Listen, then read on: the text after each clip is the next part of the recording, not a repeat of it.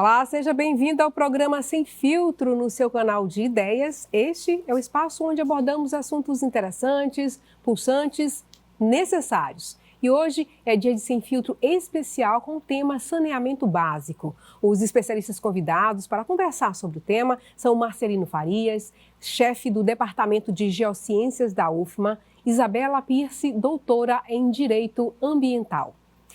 Bom, eu começo falando que o Brasil ainda não conseguiu alcançar uma das metas propostas de universalização dos serviços de saneamento básico, que é oferecer abastecimento de água potável para 99% da população. A pesquisa fala que a região Nordeste apresentou o indicador mais distante, apenas 64% da população abastecida. Com esses números, o Brasil consegue alcançar a meta 2033. Sejam bem-vindos ao programa Sem Filtro, professor. Obrigado. Pode começar. Será que ele alcança essa meta?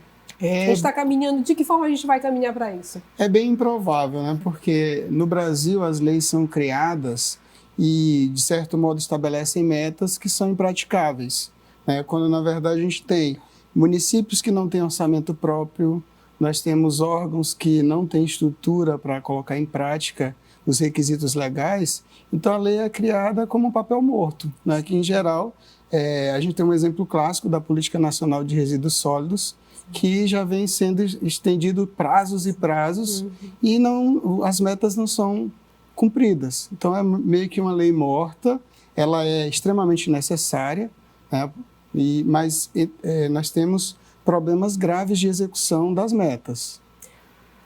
Bom, de início, eu acho que seria interessante a gente lembrar que o termo saneamento básico engloba 4 componentes, né? Engloba abastecimento de água, coleta e tratamento do esgoto, drenagem das águas pluviais, né, para não alagar tudo quando chove, e a coleta e tratamento adequado dos resíduos, que foi o que o professor acabou de falar.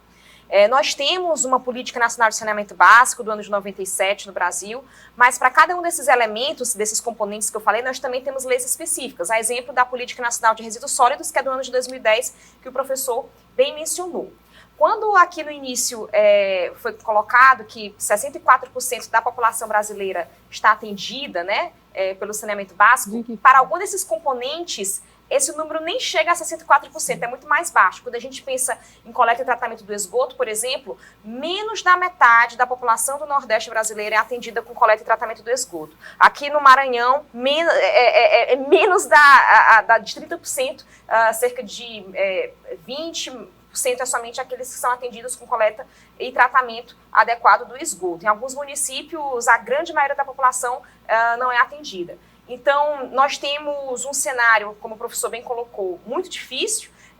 As leis, muitas vezes, trazem metas que não são alcançáveis, né?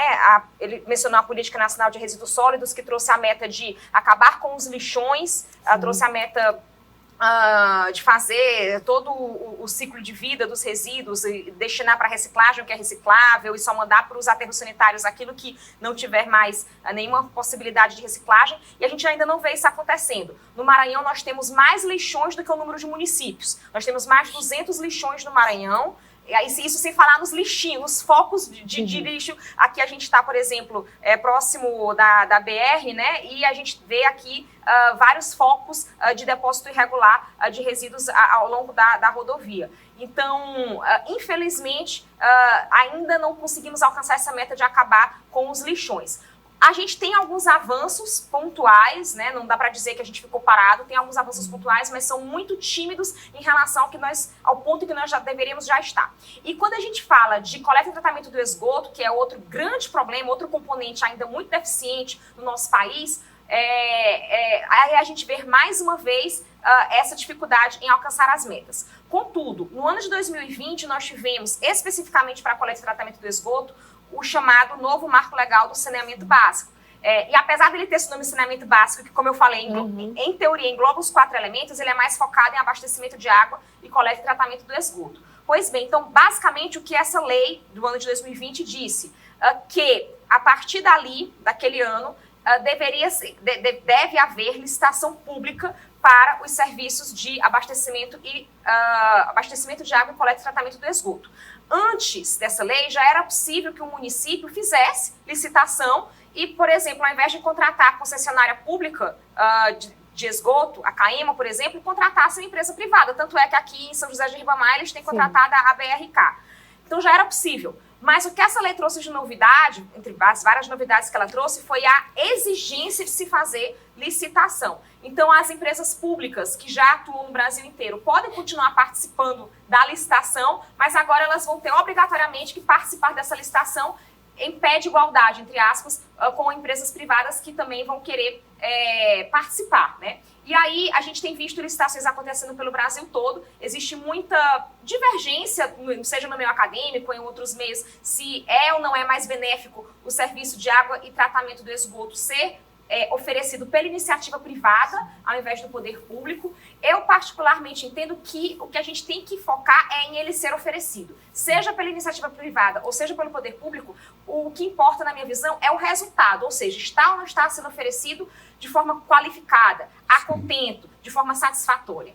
Muita gente diz que lá na Europa, muitos países que tinham o tratamento privado do esgoto agora estão voltando atrás, está voltando a ser público.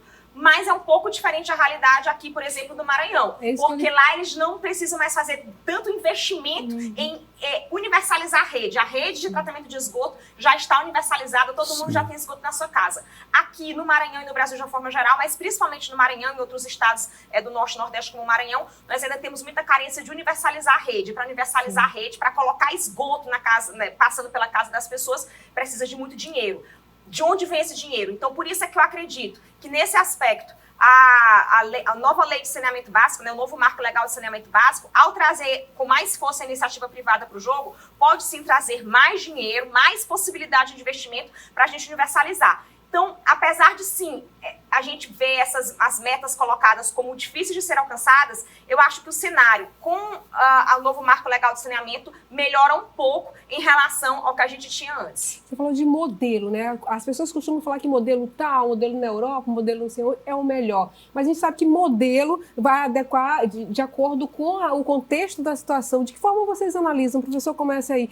Qual seria o modelo ideal para São Luís, para o Maranhão? Um dos aspectos que permite que a lei falhe na sua própria criação é que nós temos um Brasil que é muito diverso. Sim. Então temos realidades de chuva, de ocupação, de rios, de relevo, tudo é diverso no Brasil. E a lei ela é criada por um país que é fictício, que é homogêneo. Nosso país é heterogêneo ambientalmente.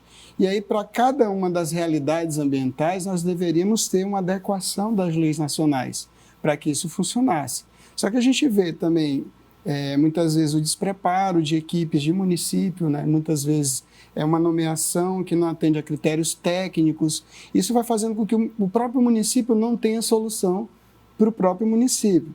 E aí o que a professora mencionou ainda há pouco, de que no Maranhão o acesso ao saneamento básico é muito mais restrito que um cenário nacional, isso é verdade. E ainda eu digo o seguinte, que nós temos dados que são superestimados.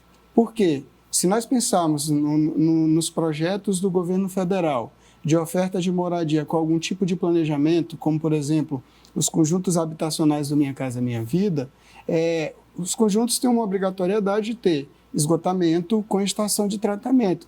Mas aqui no Maranhão, eu estou usando só a realidade de São Luís, nenhuma estação funciona.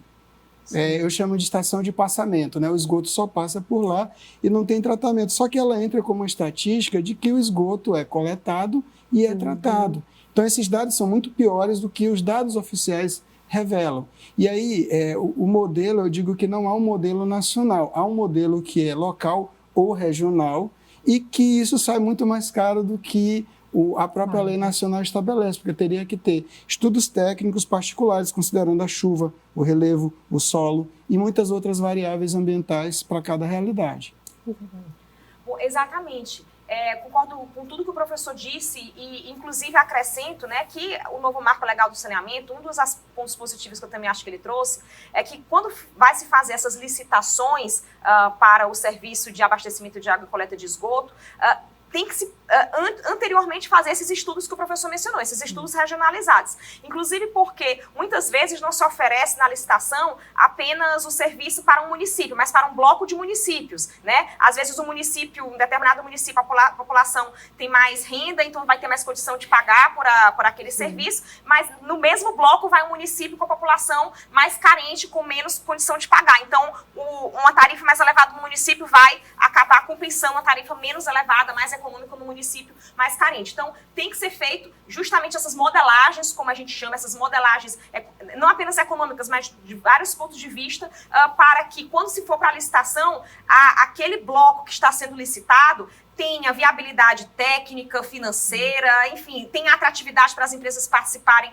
da licitação e conseguirem ofertar um serviço adequado e que tenha sustentabilidade financeira para ser ofertado. Né? Além disso, eu também pontuo aqui que, na minha visão, agora uma visão muito particular minha, eu acredito que a gente precisa, o quanto mais, inovar tecnologicamente na área do abastecimento de água e principalmente coleta e tratamento do esgoto, para encontrar soluções mais fáceis, mais econômicas para tratar o esgoto. Porque a solução tradicional, já de décadas, ou mesmo, vamos colocar aí um século que a gente tem, que é o esgotamento sanitário por toda a cidade, que leva para uma estação de tratamento maior do poder público em geral, né, ou de uma empresa concessionária, é muito caro você fazer todo esse esgotamento sanitário, né? E aí, como o professor bem colocou, existem as soluções das ETs, né? ETs menores num condomínio, etc. Mas essas ETs têm que ser bem geridas, porque se não forem, não adianta, como ele bem colocou, se não for,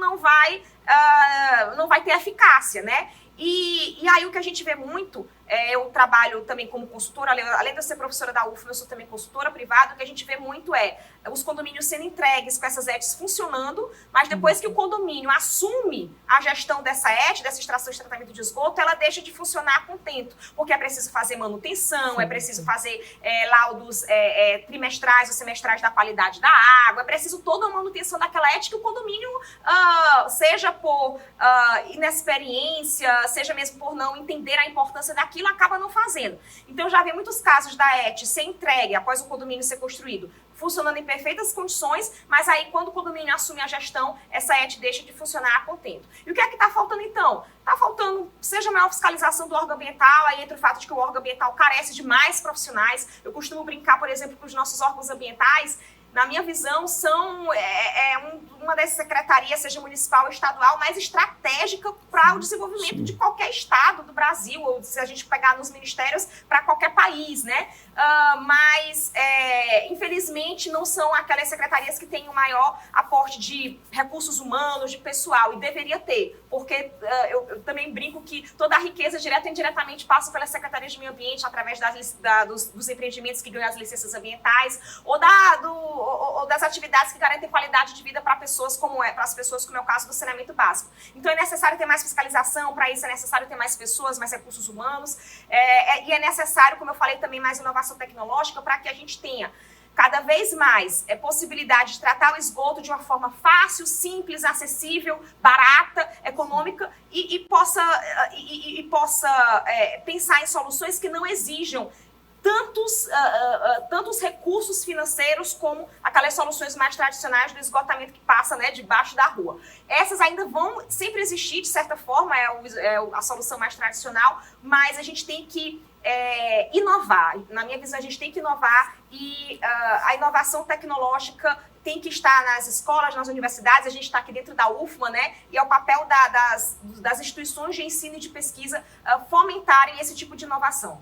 Quer complementar alguma coisa, professor? Então, dentro da perspectiva do que foi apresentado, tem algumas questões que a gente precisa ponderar. Por exemplo, quando se fala de coleta e tratamento de esgoto, que é algo caro, quando não é feito, sai muito mais caro, né? Porque esse material, esses efluentes, vão cair no rio. E é do rio que se retira a água para o abastecimento, que é o outro eixo do saneamento. Sim. E aí, quando a gente tem cidades, um exemplo de São Luís, que tem uma dependência de um grande rio, como o Rio Itapecuru, em que recebe água de mais de 30 sedes municipais e mais povoados sem tratamento, recebe esgoto sem tratamento, a gente tem um custo de tratamento muito grande aqui. E esse custo de tratamento, a esse custo é adicionado os problemas de saúde pelo não tratamento completo da água. Então, é caro, de fato, tratar as doenças. Né? Com certeza, professor. Eu até aqui deixo claro que o que eu estava querendo dizer, a gente precisa investir, e quando eu digo da inovação tecnológica, é para a gente conseguir ter cada vez mais expansão, né, do saneamento básico, porque muitas vezes o que as empresas concessionárias dizem é: a gente não tem recursos para poder espalhar a rede para todo mundo. Geralmente elas caem na justificativa de que não tem recursos. Por isso que eu digo que e às vezes até mesmo quando a gente pensa em comunidades mais distantes, isoladas, assim, geograficamente, é necessário pensar nessas medidas mais inovadoras. Mas, complementando essa questão da saúde, relacionado ao saneamento básico, eu trago até um dado. Cada R$1 investido em saneamento básico nos faz economizar R$4 na saúde, né? São pessoas que não ficam doentes, crianças que não vão ter diarreia, e vários outros tipos de problemas à saúde que a gente evita quando as pessoas têm saneamento básico, né? Eu, além do direito ambiental, né, eu defendo muito a pauta propriamente do desenvolvimento sustentável. E esse termo desenvolvimento sustentável, ele foi trazido ao mundo de forma mais formalizada no relatório Brundtland, em 87. E dentro desse relatório, a equipe que o fez, uma equipe multidisciplinar de vários países do mundo, percorreu cidades do mundo todo e se deparou com situações dramáticas de falta de saneamento básico. E eu me recordo que uma das frases do relatório é assim, que todas as pessoas têm direito a uma vida digna, sabe? Quando traz essa frase, estava falando justamente de pessoas que ainda vivem lá na década de 80 e hoje ainda, passado aí 40 anos, ainda vivem com esgoto praticamente nas suas casas. Em São Luís a gente tem muito isso. Então é completamente indigno você viver com esgoto passando na beira da sua casa, você não ter uma coleta do seu esgoto, não ter coleta do resíduo, e isso provoca diversos danos à saúde das pessoas. Para além do esgoto, por exemplo, quando a gente fala em outro componente do saneamento, que é o resíduo, aqui em São Luís a gente tem muitos casos de queima de resíduos, de lixo, né, como as pessoas chamam popularmente, queima de lixo. Como não tem a coleta em todos os bairros, em todos os pontos, e mesmo por questão de hábito, as pessoas colocam o resíduo em locais inadequados, aí também por questão de hábito vai lá e queima o resíduo, tem essa queima de resíduo. E aí eu tenho vários casos que chegam até mim, pessoas que vêm me procurar pedindo ajuda mesmo. Como eu sou advogada, eu sou também presidente de comissão da OAB, as pessoas vêm procurar, fazer denúncias de pessoas que moram em áreas onde tem focos de queima de resíduos e dizem que tanto a pessoa quanto toda a vizinhança está doente, né? Eu tenho um conhecido que a namorada dele foi até minha aluna, que já há alguns anos ele me contacta todo ano. Ele acabou de me contactar poucos dias atrás para dizer: professora, mais uma vez estão queimando resíduos aqui próximo da minha casa e a vizinhança toda está com problema de saúde, asma, problema pulmonar e etc, por conta dessa queima de resíduos. A gente fez, eu, enquanto advogada, né, voluntariamente, fiz uma ação civil pública pedindo para o município de Passo do Lumiar e para o estado do Maranhão fazerem uma intervenção naquele terreno baldio para retirarem o lixo, para fazerem uma praça e assim evitar que os carroceiros depositassem mais lixo aí. Mas, infelizmente, nós perdemos na ação civil pública, né? A justiça determinou que não poderia se envolver, decidir para não invadir o mérito administrativo do Poder Executivo, né, da Prefeitura e do Estado.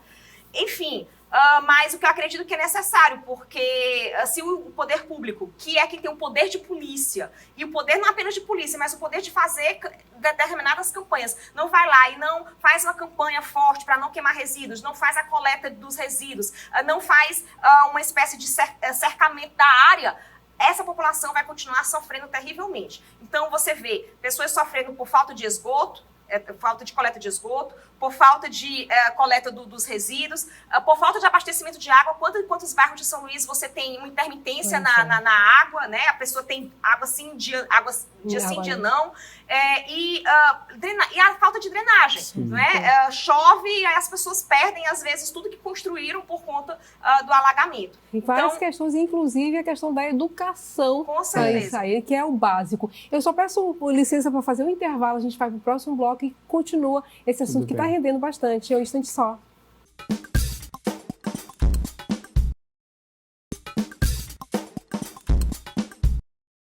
Nós já estamos de volta com o programa Sem Filtro. Hoje o Sem Filtro é especial sobre saneamento básico. Eu estou recebendo aqui para falar sobre o tema Marcelino Faria, chefe do Departamento de Geociências da UFMA, Isabela Pisse, doutora em Direito Ambiental. Bom, não esqueça de conferir a programação da TV UFMA nas redes sociais e o programa Sem Filtro pelo link que aparece aí na sua tela.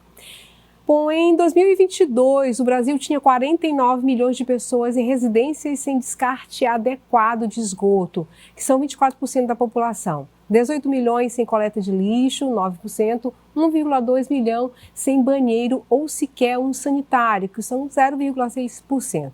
A partir desses números, quais os impactos na vida dessas pessoas e quais são as políticas públicas vigentes que sinalizam um outro rumo ou uma outra cena? A gente sabe que saneamento básico perpassa por todas as outras questões, professor. Esse dado é interessante porque ele, na verdade, conjuga fatores, né? Então, quando a gente pega os eixos que foram mencionados pela professora, que compõem o saneamento básico, a gente tem vários indivíduos, várias famílias, vários municípios que convivem com a ausência de tudo, né? De esgoto, de água tratada, de drenagem urbana e da coleta de resíduo. E aí, quando a gente pega esses fatores associados, né, essa ausência, a gente vê uma vulnerabilidade muito grande da população. Eu tenho alguns estudos aqui na região da Baixada Maranhense em que a população ela não tem acesso a uma água tratada permanentemente, tem água servida pelo SAAI, né? Entretanto, essa água ela tem um rodízio, sistema de rodízio. E a gente vê, por exemplo, não tem esgoto, mas o cano ele passa abaixo do esgoto. E aí o que acontece? Quando tem um sistema de rodízio e tem algum vazamento na tubulação, o cano ele succiona o esgoto e mistura com a água que vai ser servida à população. Então tem alguns dados de pesquisa que eu fiz em que os indicadores de qualidade de água, né, para potabilidade, eles são o do rio é melhor que a água que é servida no cano, né? A gente fez uma situação dramática que a gente está citando a realidade de um município, mas se a gente pega o norte do país, o nordeste, a gente tem essa uma realidade e não é só uma condição própria nossa. O Brasil inteiro, se não é o Brasil inteiro, mas tem várias realidades no país, mesmo naquelas cidades que tem algum nível de avanço em relação ao saneamento básico, que tem a periferia, que convive com essa realidade. Aqui para cá é mais generalizado, né? Mas para essas outras realidades do país também tem, e é uma situação forte que precisa ser corrigida. Bom, eu queria comentar ali o dado de que 0,6% da população brasileira não tem acesso a um banheiro dentro de suas casas. Aqui no Maranhão, né, proporcionalmente esse número é maior. E eu também, como consultora, já fiz vários levantamentos de campo, diagnósticos socioeconômicos, quando a gente está trabalhando com a elaboração de estudos ambientais, como estudo de impacto ambiental, e eu me deparei com comunidades rurais que não tinham banheiro em toda a comunidade, né? E muitas dessas comunidades, às vezes, chegam pessoas lá dizendo, olha, não aceite determinado empreendimento porque ele vai ser ruim para você, quando a pessoa não tem um banheiro dentro da sua casa. E eu me lembro de uma pessoa, uma líder de uma comunidade, que falou assim para mim, e eu vou falar isso, e eu deixo claro que eu sou professora, tá? Mas ela falou desse jeito, eu sou professora e pesquisadora, mas ela falou assim para mim, Isabela, eu estou cansada quando vem professores aqui dizendo que eu tenho que continuar vivendo assim, porque meu modo de vida é tradicional, porque eles dizem isso e voltam para o ar-condicionado, enquanto eu fico aqui sem banheiro, e nessa comunidade não tinha nem energia elétrica quando eu fui lá, e sem energia elétrica. Né? Então, às vezes, eu vejo aqui dentro, principalmente na minha área que é de ciências humanas, né? Principalmente nas ciências humanas, eu vejo muitos artigos acadêmicos, por exemplo, se posicionando contra empreendimentos que poderiam gerar trabalho, renda, aumentar a receita tributária do Estado do Maranhão, que vai servir, inclusive, para aplicar recursos em saneamento básico. Você não consegue fazer saneamento básico sem dinheiro, você precisa de dinheiro para fazer saneamento básico. Mas aí, quando você vilaniza os empreendimentos que podem trazer recursos, você basicamente está condenando as pessoas a ficarem sem banheiro. Né? E aí, nesse sentido, eu volto sempre a frisar, quando você não enxerga que para fazer saneamento básico você precisa de dinheiro, você está você está fazendo com que essas pessoas tenham esse destino ainda por sei lá quantos anos, porque não vão conseguir ter um banheiro adequado, coleta de resíduos e tudo que garante uma qualidade de vida digna se não tiver recursos para isso. Eu queria só falar um dado aqui do Instituto Trata, que fala que a capacidade intelectual é prejudicada para quem não tem acesso ao saneamento. Aí eles falam que quem tem uma escolaridade média de 9 anos e quem não tem acesso quem tem acesso ao saneamento. E de 5 anos e 31, quem não tem acesso. Quer dizer, prejudica, como eu falei no começo, perpassa por questões sociais, impacta na vida dessas pessoas de forma assim cruel. Né? Esse dado pode ser lido de uma outra perspectiva, que as áreas desfavorecidas economicamente, Sim. que não têm saneamento,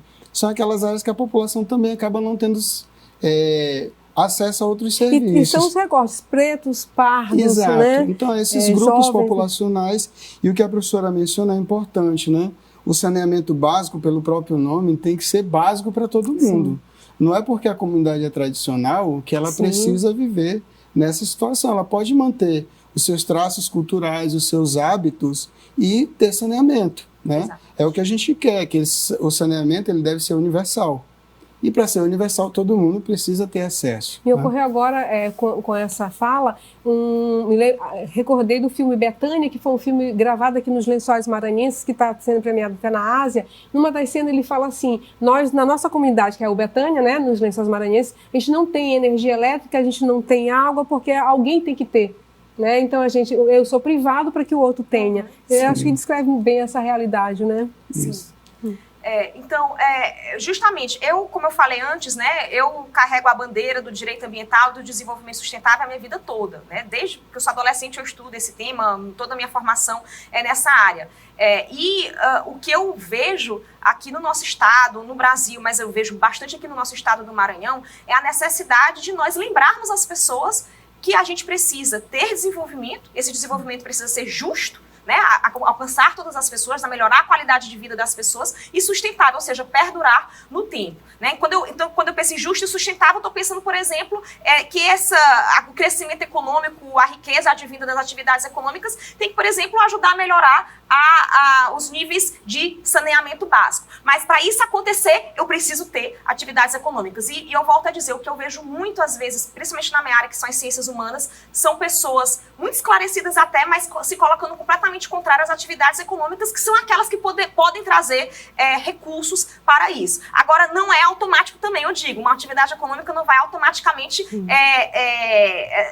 gerar uma melhoria no saneamento básico. Esse recurso que é pago na forma de tributos, por exemplo, aí vem o poder político que tem que fazer esse papel, pegar esses tributos e aplicar corretamente. Agora, como a gente conversava aqui nos bastidores, a questão também, as águas estão sendo poluídas por esses grandes empreendimentos, Sim, né? Essa é uma questão que a gente tem que ponderar, né? Os empreendimentos, eles precisam vir, mas precisam vir com a responsabilidade que todo empreendimento deve ter. Acontece que no ambiente em que a legislação é fragilizada para receber o empreendimento, os empreendimentos se acham, né, alguns, não estou dizendo todos, os empreendimentos têm empreendimento responsável, mas alguns acham que pode fazer qualquer coisa de qualquer modo e ao invés de melhorar a qualidade de vida da população, acaba prejudicando, porque qualquer empreendimento vai atrair uma população, certo? Mas só que se é um empreendimento, por exemplo, de mineração, que não tem cuidado com a qualidade do ar, se é um empreendimento agrícola que não tem cuidado com a qualidade do solo, com a qualidade da água, esse empreendimento ele entra como um aporte econômico, mas de fato ele vai ser negativo, ele será negativo. Então é preciso que haja o funcionamento do Estado para fiscalizar, e entra a importância de todas as políticas sendo aplicadas corretamente, de ter capacidade técnica, né, de ter responsabilidade por conta dos gestores, da população fazer sua parte também na fiscalização. Aí é um conjunto complexo, para que o empreendimento de fato tenha o alcance que a gente precisa. E aí entra mais uma questão. Alguns empreendimentos, quando vão para essas áreas que são desprivilegiadas do ponto de vista de saneamento, uma condição sine qua non para o empreendimento estar ali é a isenção de imposto. Então, essa isenção de imposto favorece o empreendimento na fixação da condição, mas, de fato, vai prejudicar a população que está sendo impactada pelo empreendimento. Com certeza. Bom, com isso a gente faz um pequeno intervalo e volta daqui a pouco para o terceiro bloco do Sem Filtro.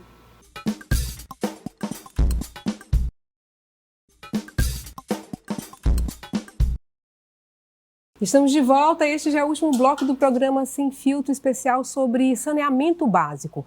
Eu quero começar a falar nesse bloco sobre os ecopontos. De que forma vocês analisam essa política? Se é uma política ideal? O que falta para melhorar? Professora. Bom, começando aqui, eu acredito que é melhor ter ecopontos do que não ter, né? Então, é um fato positivo existir os ecopontos, mas eles não são suficientes, nem de longe. Os ecopontos exigem que a pessoa separe os seus resíduos em casa e leve até lá. É um modelo que não vai conseguir funcionar numa larga escala. Não é todo dia que a pessoa vai conseguir separar e levar seu resíduo. A gente tem no Brasil o fato de que o nosso clima é quente, então a pessoa não vai querer ficar armazenando resíduo, mesmo que seja reciclável, mas às vezes está um pouco sujo de comida, ficar armazenando em casa, porque vai juntar insetos. Sim. Então, é complexo você exigir que a pessoa todo dia, ou quase todo dia, vá no ecoponto deixar seus resíduos. Por isso, eu entendo que o ideal seria a gente ter uma coleta seletiva porta a porta. Existem várias modelagens de você ter coleta seletiva porta a porta. Não seria necessário, por exemplo, ter um caminhão para o plástico, um para o papel e um para o metal. Não. Poderia ter dias diferentes de coleta. Um dia o caminhão do reciclável passa e coleta metal, outro dia o caminhão do reciclável passa e coleta papel. Isso acontece, por exemplo, na Itália. Ou poderíamos também ter a separação mais simples entre seco e úmido, né? Que muitos municípios fazem simplesmente isso, seco e úmido. E aí tudo aquilo que é seco vai, por exemplo, para centros de triagem, aí a gente tem que fazer parcerias com catadores, a gente tem algumas associações de catadores já formalizadas, cadastradas aqui na ilha, não apenas em São Luís, mas na ilha, leva para centros de triagem e os catadores fazem a correta triagem, todos eles paramentados, com EPIs adequados, trabalhando de forma digna e não aquela situação do catador trabalhar no lixão, que isso não pode acontecer de forma nenhuma, né? Pois bem, então eu considero que uma coleta seletiva porta a porta, em parceria com associações de catadores, levando para centro de triagem, que seria o modelo ideal para a nossa realidade. A gente até tem alguns caminhões que levam para associações de catadores, às vezes caminhões dos próprios catadores que fazem essa coleta, mas até onde eu sei, a coleta municipal de resíduos não leva para os catadores, está levando para o centro de triagem lá da Ribeira, que é da própria empresa que tem a concessão da coleta pública municipal, e os catadores não participam propriamente desse processo. Então, acho que uma integração maior com os catadores seria necessária, inclusive porque eles estão como protagonistas, um dos protagonistas da Política Nacional de Resíduos Sólidos. Além disso, é interessante destacar que a gente tem já algumas leis aqui no estado do Maranhão fomentando que as empresas, especialmente as grandes empresas, não apenas grandes empresas, mas que são grandes geradores de resíduos, às vezes uma padaria já se torna um grande gerador de resíduo, destinem por seus próprios meios os seus resíduos e dessa forma um incentivo para que eles peguem os seus recicláveis e enviem para os catadores, ao invés de enviar para o aterro sanitário que está lá em Rosário, a quilômetros de distância, é muito mais caro enviar para Rosário. Essa é a lei dos grandes geradores que eu mencionei. E além da lei dos grandes geradores de resíduos, tem outra lei mais recente, que é a lei da logística reversa. O Ministério Público atuou fortemente para essa lei virar realidade, né? Meus cumprimentos aqui por essa lei. E ela faz com que a logística reversa seja uma obrigação mais palpável. Ela já era uma obrigação desde a nossa Política Nacional de Resíduos Sólidos, lá em 2010, mas como o professor bem falou, acaba sendo uma letra morta ali, mas essa lei específica da logística reversa no nosso estado, ela traz alguns mecanismos para que se torne mais concreta essa obrigação e faz com que as empresas tenham a obrigação mesmo de retornarem, por isso o nome logística reversa, retornarem na logística reversa todo o produto que elas venderam e que o consumidor devolveu para elas. E aí, nesse sentido, eu friso a extrema necessidade das empresas terem uma política de gestão ambiental adequada. No bloco passado, o professor bem mencionou, né, que não adianta só a empresa chegar e gerar trabalho, renda, porque muitas vezes até tem isenção tributária. Toda empresa, seja pequena, média ou grande, precisa ter uma adequada política de gestão ambiental para que o recurso financeiro, a riqueza financeira que ela gere, efetivamente consiga gerar um desenvolvimento. Não seja um falso desenvolvimento, mas seja um desenvolvimento verdadeiro. Na minha tese, no meu livro, né, minha tese que virou livro, até trago bastante essa discussão de quando é que a riqueza financeira, a riqueza econômica, ela vai gerar um real desenvolvimento e não um falso desenvolvimento. Então, para isso, as empresas precisam ter uma política de gestão ambiental muito séria e, para isso, também os órgãos ambientais precisam ter fiscalização clara, e volta à história deles precisarem estar melhor paramentados. Mas, enfim, tudo isso, na minha visão, é uma rede de soluções que precisa existir, coexistir ao mesmo tempo para funcionar. Eu concordo com a professora, os ecopontos são importantes, mas pelo próprio nome é pontual, né? Precisa ser mais difuso. E um aspecto que eu tenho observado é que quando os ecopontos eles são inativados, ali vira um ponto viciado. Sim. Então, dá origem a um novo lixão naquele ponto, né? E esses pontos viciados, na minha concepção, eles são um problema mais grave para a sociedade como um todo, porque um lixão ele é um problema localizado, mas os pontos viciados estão distribuídos ao longo da cidade. Então, normalmente estão em áreas de mananciais, normalmente afetam a população que é menos favorecida economicamente. Então, os ecopontos eles são essenciais, mas eles têm que estar conjugados com esses outros aspectos da política, mas alguém tem que ter iniciativa. Que bom que houve a iniciativa, que bom que já existem, porque até pouco tempo nós não tínhamos esse problema. Agora, eu vejo que os ecopontos, eles priorizam do mesmo modo que as outras ações, a população mais abastecida. Porque quem que vai deixar lá? Quem tem carro. Sim. Né, quem tem veículo. E os pontos estão onde? Em bairros mais ricos. Né? Então, a população que, de fato, não tem as outras oportunidades do saneamento, como esgotamento sanitário, água potável, ela também não tem onde descartar corretamente o seu resíduo. Então, é preciso pensar, de fato, numa política que seja universal. Então precisa isso, entender os contextos, fiscalizar e educar também a população. Aí precisa a educação ambiental, né, que a gente tanto fala, que parece muito utópica, mas a gente nós já observamos mudanças, né? Então, se nós pensarmos aí a década de 90, não se via uma população com preocupação com resíduo. Hoje, você já vê uma população que guarda seu resíduo na bolsa para descartar em casa, ainda que esse resíduo vá parar em um lixão, mas ela é descartado corretamente. Então já tem um começo do processo.